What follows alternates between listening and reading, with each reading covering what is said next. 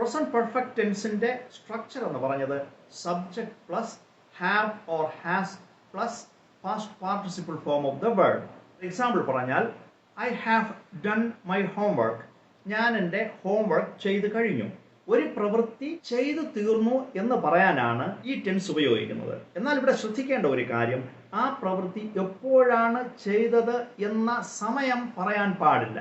ആ പ്രവൃത്തി നമ്മൾ സംസാരിക്കുന്നതിന് മുമ്പ് പൂർത്തിയാക്കപ്പെട്ടു, പക്ഷെ അതിൻ്റെ ഇഫക്റ്റ് ഇപ്പോഴും നാം സംസാരിക്കുന്ന സമയത്തും നിലനിൽക്കുന്നു, തുടരുന്നു എങ്കിൽ അങ്ങനെയുള്ള ഒരു കാര്യം പ്രസ്താവിക്കുന്നതിന് വേണ്ടിയാണ് പ്രസന്റ് പെർഫെക്റ്റ് ടെൻസ് ഉപയോഗിക്കുന്നത്. ഞാൻ പറഞ്ഞ വാക്യത്തിൽ I have done my homework എന്ന് പറഞ്ഞാൽ ഞാൻ ഹോംവർക്ക് ചെയ്ത് തീർന്നു.